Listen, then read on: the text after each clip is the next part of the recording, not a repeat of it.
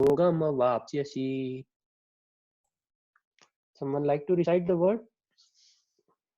श्रुति विप्रातिपन्नाते यदा स्थास्यति निश्चला समाधाव अचला बुद्धि तदा योगम अवापस्यसि. Someone else? श्रुति विप्रतिपन्नाते यदा स्थास्यति समाधाव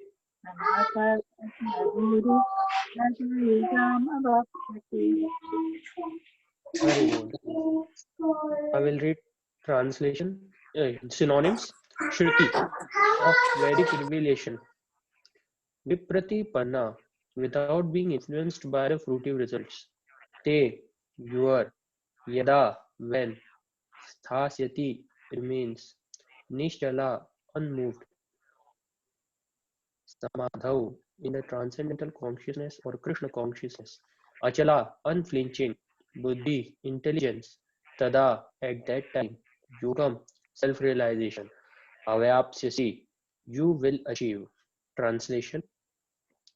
When your mind is no longer disturbed by the flowery languages of Vedas, when it remains fixed in the trance of self-realization, then you will have attained the divine consciousness. Purport by Srila Prabhupada. Srila Prabhupada ki jai. To say that one is in samadhi is to say that one has fully realized Krishna consciousness.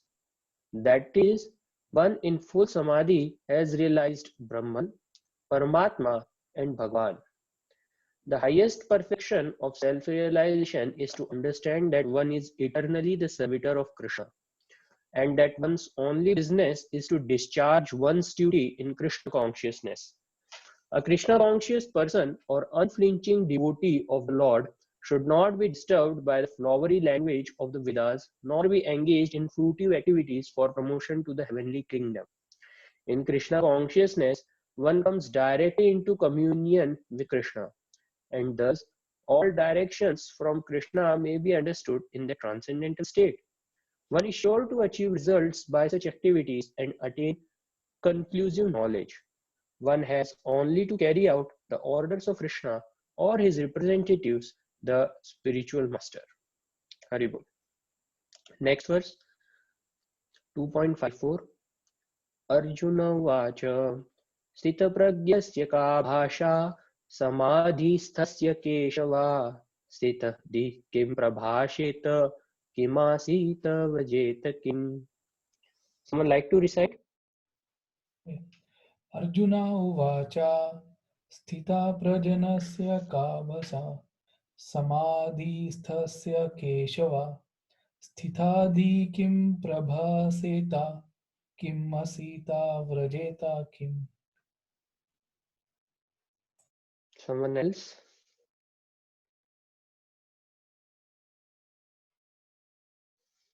Okay. Synonyms. Arjuna Uvacha. Arjuna said, Sthita Prajnasya, of one who is situated in fixed Krishna consciousness. Ka, what? Bhasha, language. Samadhisthasya, of one situated in trance. Keshava, O Krishna. Sthitadhi, one fixed in Krishna consciousness. Kim, what? Prabhashet, speaks. Kim, how? Ashita, Ashita, does remain still. Vrajeta, walks. Kim, how? Translation. Arjuna said, O Krishna, what are the symptoms of one whose consciousness is thus merged in transcendence? How does he speak? And what is his language? How does he sit? And how does he walk? Purport by Srila Prabhupada. Srila Prabhupada ki jai. As there are symptoms for each and every man in terms of his particular situation, similarly, one who is Krishna conscious has his particular nature, talking, walking, thinking, feeling. As a rich man has his symptoms by which he is known as a rich man, as a diseased man has his symptoms by which he is known as diseased, or a learned man has his symptoms. So a man in transcendental consciousness of Krishna has specific symptoms in various dealings. one can know his specific symptoms from the Bhagavad Gita. Most important is how the man in Krishna consciousness speaks. For speech is the most important quality of any man. It is said that a fool is undiscovered as long as he does not speak, and certainly a well-dressed fool cannot be identified unless he speaks. But as soon as he speaks, he reveals himself at once. The immediate symptom of Krishna conscious man is that he speaks only of Krishna and of matters relating to him. Other symptoms then automatically follow as stated below. Hare Krishna. Om Agyantimirandhasya Gyananjanashakaya Chakshuruन्मीलितं येन तस्मै श्री गुरुवे नमः. श्री चैतन्य मनोभीष्टं स्थापितं येन भूतले स्वयं रूपः कदा मह्यं ददाति स्वपदान्तिकम्. वन्देऽहं श्रीगुरो श्रीयुतापदकमलं श्रीगुरून् वैष्णवांश्च श्रीरूपं साग्रजातां सहगण रघुनाथान्वितं तं सजीवं साद्वैतं सावधूतं परिजनसहितं कृष्ण चैतन्य देवं श्री राधा कृष्ण पादान् सहगण ललिता श्री विशाखान्वितांश्च नमो ओं विष्णुपदाय कृष्णपृष्ठाय भूतले श्रीमते वेदांत स्वामिनिति नाम्ने नमस्ते सरस्वती देवे गौरवाणी प्रचारिणे निर्विशेष शून्यवादी पाश्चात्य देशतारिणे जय श्री कृष्ण चैतन्य प्रभु नित्यानंद श्री अद्वैत गदाधर श्रीवासादि गौर भक्त वृंद. हरे Krishna Krishna Krishna Hare Hare Hare Ram Ram Ram Hare Hare. Hare Krishna. So thank you everyone very much for joining. So I am actually completely unqualified to give any lecture, and so please feel free to correct me, interrupt me in case if I speak something other than scriptural or what has not been taught to us, because I am not so strong devotee. So please pray for me, please bless me that I can repeat what Srila Prabhupada has written in his purport and I have learned from my superior devotees. Okay. So here Krishna is saying that when your mind is no longer disturbed by the flowery language of Vedas and when it remains fixed in the trance of sense self-realization, then you will have attained the divine consciousness. And then Arjuna asks, like, if someone attains this consciousness, then how does he speak? What is his language? How does he speak? Sit? How does he walk? So from the next verse onwards, Krishna starts describing then the manifestation of or the symptoms of a devotee who has attained the perfection of Krishna consciousness. So here Krishna has given in the translation very important understanding that the mind should not be disturbed by the flowery language of Vedas. So our acharyas have described the scriptures to be as kalpataru or desire fulfilling tree. And scriptures, they deal with all the matters which are possible even on the material platform and as well as spiritual platform.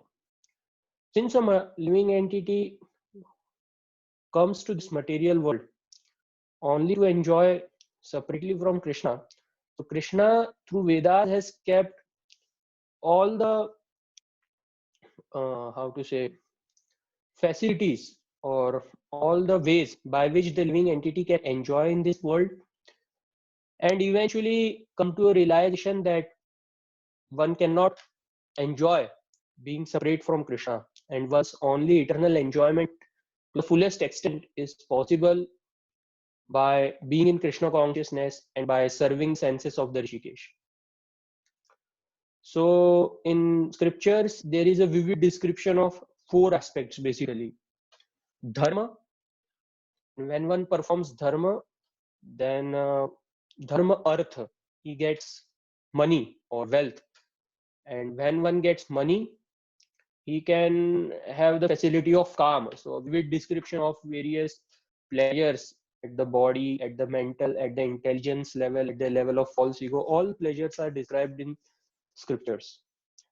And when one's calm is fulfilled, so basically realization comes that one cannot enjoy the senses, and the senses enjoyment of or attempt of enjoying the senses ultimately leads to frustration.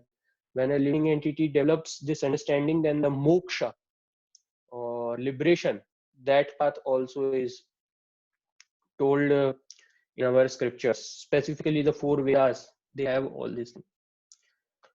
So Krishna here has suggested Arjuna that when one is not disturbed by the flowery languages of Vedas, so when we read even after coming to Krishna consciousness the scriptures, then we find that there is a next life, and next life, the devotee, he understands that he want to get rid of the cycle of birth and death, but there are people like me especially that I become attracted to the flowery language of the Vedas, how to go to heavenly planet, how to enjoy various pleasures in the form of eating, sleeping, mating, defending, which are available there. So one has to refrain from that. So the basic principle for doing this is to control the mind. If the mind is controlled, then Krishna tells in Bhagavad Gita that the uncontrolled mind is the biggest enemy of a person, and the controlled mind is the best friend of a person. So the most important point is we have to control the mind. And how to control the mind? So Lord Kapila is Hare Krishna. Okay. So Lord Kapila in Srimad Bhagavatam 3rd canto describes that when one's mind get controlled. So the essential principle is when all the sinful reaction they get vanquished of a person, then automatically the mind gets controlled. This is the one of the explanation which Lord Kapila gives to his mother, that this is the basic principle of controlling the mind. So how to remove all the sinful reaction? So the answer to that is devotional service. So if we look into the 9 stages of devotional service, it begins with Shraddha, that means having some faith. Then Sadhu Sangha, association of the devotees. Then Bhajan Kriya, practicing the 9 forms of devotional service. And when one performs these 9 processes of devotional service, in which in Kali Yuga the chanting is the most important, the chanting of the Hare Krishna mantra, Hare Krishna, Krishna Krishna, Hare Hare, Hare Rama, Rama Rama, Hare Hare. When one does this, so automatically not only the sinful reactions vanquish, the propensity to do sinful activities, even they are also burnt out. This is stated by Rup Goswami in Nectar of Devotion also. So Anartha Nivritti, that is the stage when one conquers the mind. That means he has basically got rid of all the sinful reactions based on whatever sinful activities he has performed in past so many millions of life, and even in this human form of life. And we have to understand that even Srila Prabhupada also highlight this very much, that the only chance which is possible is in human form of life, and getting human form of life is very rare. And in that also, getting human form of life in Kali Yuga, in first phase of Kali Yuga, is all the more rare. And in that also, coming into devotional service is all the more rare, because Krishna says in Bhagavad Gita, Manushyanam sahasreshu kaschit yatati siddhaye yataranam api siddhanam kaschit mam veti tatvata. So since we have somehow came into this devotional service, so now it's our responsibility to take it very seriously. And taking it very seriously doesn't mean that we have to do this or do that. Very simple process Lord Chaitanya Mahaprabhu has established as Yuga Avatar, and that is regularly chanting the holy names. Hare Krishna, Krishna Krishna, Hare Hare, Hare Rama, Rama Rama, Hare Hare. And Srila Prabhupada has although more simplified it. So if we look the standardization which Srila Prabhupada has done for us, it is, I mean, so much mercy no previous Acharya also have showered practically. So he has reduced the chanting from 64 rounds to 16 rounds. For example, the spiritual master of Srila Prabhupada is Srila Bhakti Siddhanta Saraswati Thakur. So he writes in one of his books that a person is not considered to be on the platform of human until or unless he daily chants 64 rounds. That was his standard. And when Srila Prabhupada established the movement of Krishna consciousness in the West, Srila Prabhupada also initially requested his disciples to chant 64 rounds. And then the disciples said, "Oh, Srila Prabhupada, 64 rounds, they take 8 hours. Now we have to take 8 hours sleep. And then we have to work so hard for doing book distribution, taking care of our children. So many things are there. So 8 hours is very difficult. And, practically in our life also we see, 8 hours we cannot actually spend daily on chanting of the holy names. This is a practical, of course, on Ekadashi and on special occasion festivals, we should aspire for chanting more rounds, but practically 64 daily is very difficult for a common person who is having a family and who is working. So then Srila Prabhupada became little compassionate, and then he said that, okay, no problem. 4 hours of chanting daily is required, 32 rounds. And then all devotees again started saying, oh, Srila Prabhupada, this and that. And then Srila Prabhupada finally said that 16 rounds and nothing less than that. And in that also devotees were saying, oh, no. But and finally everyone got agreed that some basic count we have to keep so that, a standard number of rounds we will chant daily. So if we look into the previous acharyas, for example, Bhakti Siddhanta Saraswati Thakur, he used to chant practically whole the time. He was a personification of Kirtaniya Sadahari. Even Srila Prabhupada also tells this in many of his lectures. And even if we go more up, Haridas Thakur, who is Namacharya, he used to chant 192 rounds. And when he was about to leave his body and go back to Godhead, so that time Lord Chaitanya Mahaprabhu, he personally came and requested him that please give priority to your health. You are so old. You need not chant 192 rounds daily. But Haridas Thakur requested Lord that he wanted to continue chanting of the 192 rounds because he is so sinful. So even our Namacharya, if we see, he was so eager to chant the holy names of Krishna. So that's the important aspect because it's only chanting of the holy names which can vanquish these sinful reactions, and even the papa bija or the seed or the propensity which is responsible for doing sinful activities. So also Srila Prabhupada has described in this purport that when one is in Krishna consciousness, fully Krishna consciousness, one is in samadhi. And one of the symptom of samadhi is that he has realized all the aspects of Krishna. So our Vedic scriptures and our acharyas describe that there are 3 aspects of absolute truth: the impersonal feature, the Paramatma feature, and the Bhagwan feature. So impersonal aspect of supreme absolute truth is basically the effulgence which is coming out of Krishna's face. This Srila Prabhupada describes in 2nd or 5th canto somewhere in one of his purports that the effulgence which is coming out of Krishna's face, that constitutes the Brahmajyoti. And the second kind of manifestation of supreme absolute truth is the Paramatma, who is sitting within everyone of our heart. So even if we see in our day-to-day life, we might have experienced that we have planned something in morning that I will do this for sure today, and then we forget it. Everyone has experienced that, right? So why this happens? So Krishna tells in Bhagavad Gita, Sarvasya chaham hridisannivishto matta smritir jnanam apohanam cha, that I am sitting in everyone's heart as Paramatma, and from me comes remembrance, and from me comes forgetfulness also. So even in exams, many times we have personal experience, and we have seen other people also, that we learn an answer very nicely, and when we go sit in the exam hall and everything is fine, but somehow the answer don't click to us, and we are not able to write the answer properly.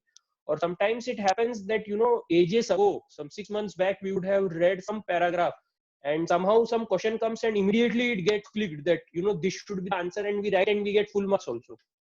So why this happens? Because the Paramatma who is sitting within our heart, he grants that benediction. So it's true that we have to do efforts in our prescribed duty, but the extraction of the results out of those activities is fully dependent on Krishna. So both factors are working in any activity. The karmavad by the living entity himself, and the deva, the grant by the Paramatma. So Krishna is very merciful, and he understands the living entity cannot survive without him. So he goes with each and every living entity personally in the form of Paramatma, and whatever body the living entity takes, the Paramatma is always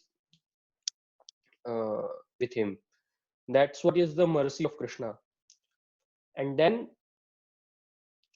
the Bhagwan aspect. So Bhagwan aspect is Sachidananda form of Lord Shri Krishna, the which we worship even in our temples.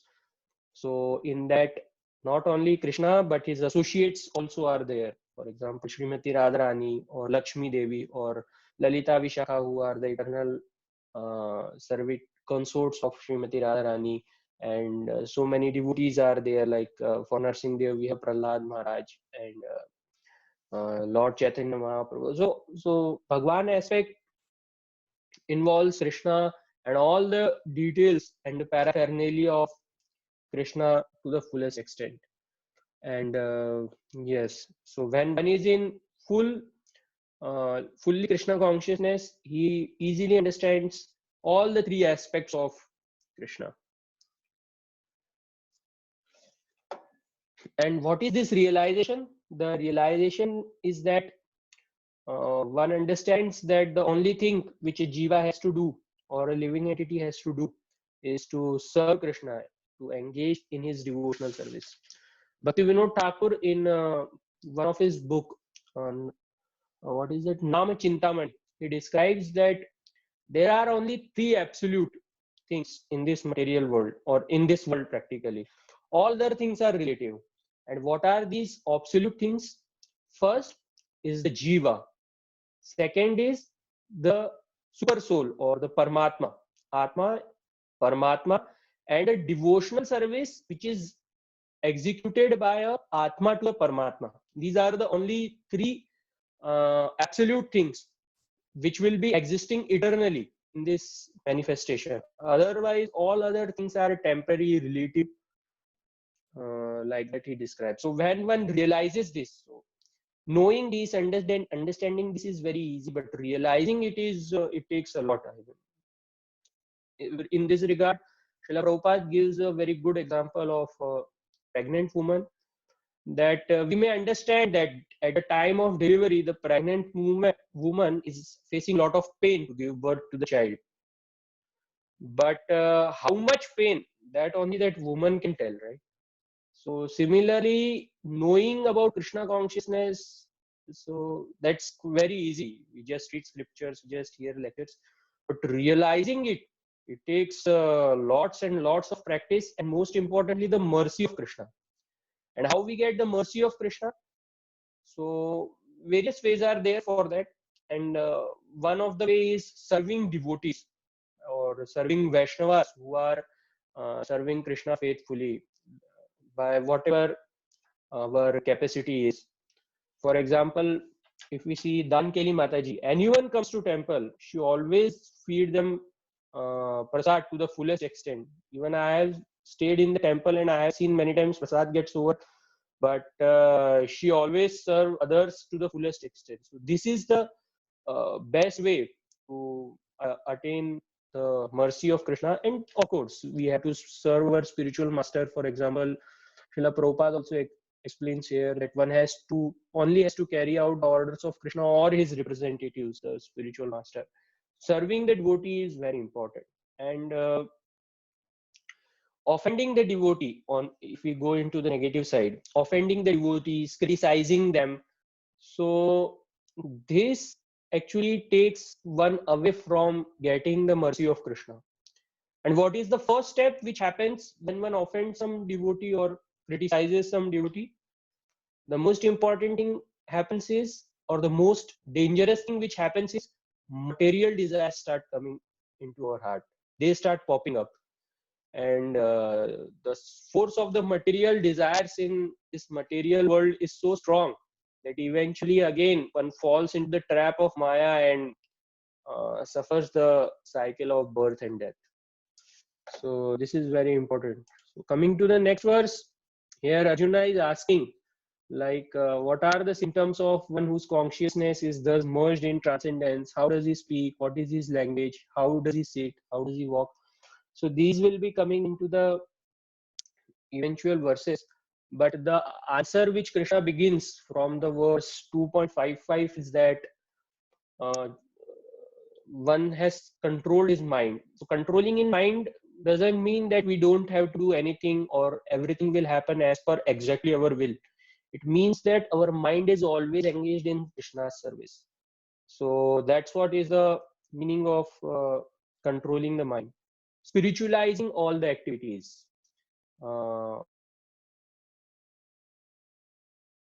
Dovetailing all the activities. Arjuna also has this question that Chanchalahi mana Krishna pramati balavadrudam tasyaham nigram manye vayoriva sudushram. That my man is very chanchal, it's very unstable. Chanchalahi mana Krishna pramati balavadrudam, and it's very difficult for me to control it. Tasyaham nigraham manye vayoriva sudushram, and even easier than this is controlling the wind which is flowing, because Arjuna was such a great warrior that, and he was having such strong weapons that he could control even the wind which is flowing so fast. But he said that, but although I am so very capable and have so much capacity, but still controlling the mind is very difficult for me. So Krishna at that time says that I don't remember the exact next verse, but what is that? Krishna essentially says that you think of me, you remember me. Anyone remembers the next verse? What is that verse? Okay. Please forgive me for my poor memory. So Krishna basically tells that you uh, uh, basically engage all your senses into my service. Always keep your mind focused on my instruction. Always chant my holy names. You worship me. You offer obeisances to me. Basically, the 9 processes of devotional service one should constantly execute unto the supreme absolute truth or Krishna, and then only one can control the mind. So uh, it's not possible to give up the material desires just like that, because they will be always there. The only way to mitigate the material desire, Srila Prabhupada says, is replace them with the spiritual desires. And what are spiritual desires? Spiritual desire means how to serve Krishna, how to serve his devotees, how to carry out the orders of our spiritual masters. And our respective spiritual masters have given very simple instruction principally. First is to chant 16 rounds. Second is to follow the 4 regulative principles, read Prabhupada books daily, associate with the devotees, and do some small service, whatever possible at our level. For example, we can do charity if we have some Lakshmi, or if we can clean the temple, we can cook for the deities, we can do deity worship, we can help in arrangement of the festivals. So these are the various activities which are specifically possible from your context. So these we can do, and if we do them, then gradually we will attain this status of samadhi. That means constantly remembering Krishna, constantly thinking of Krishna, and that's what is the success. So I think my time is over. So thank you very much. Anyone has any feedback, correction for me?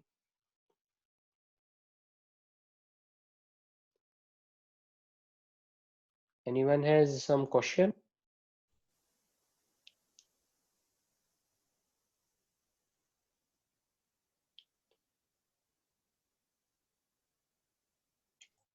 No questions, Prabhu. It's a wonderful lecture. Okay.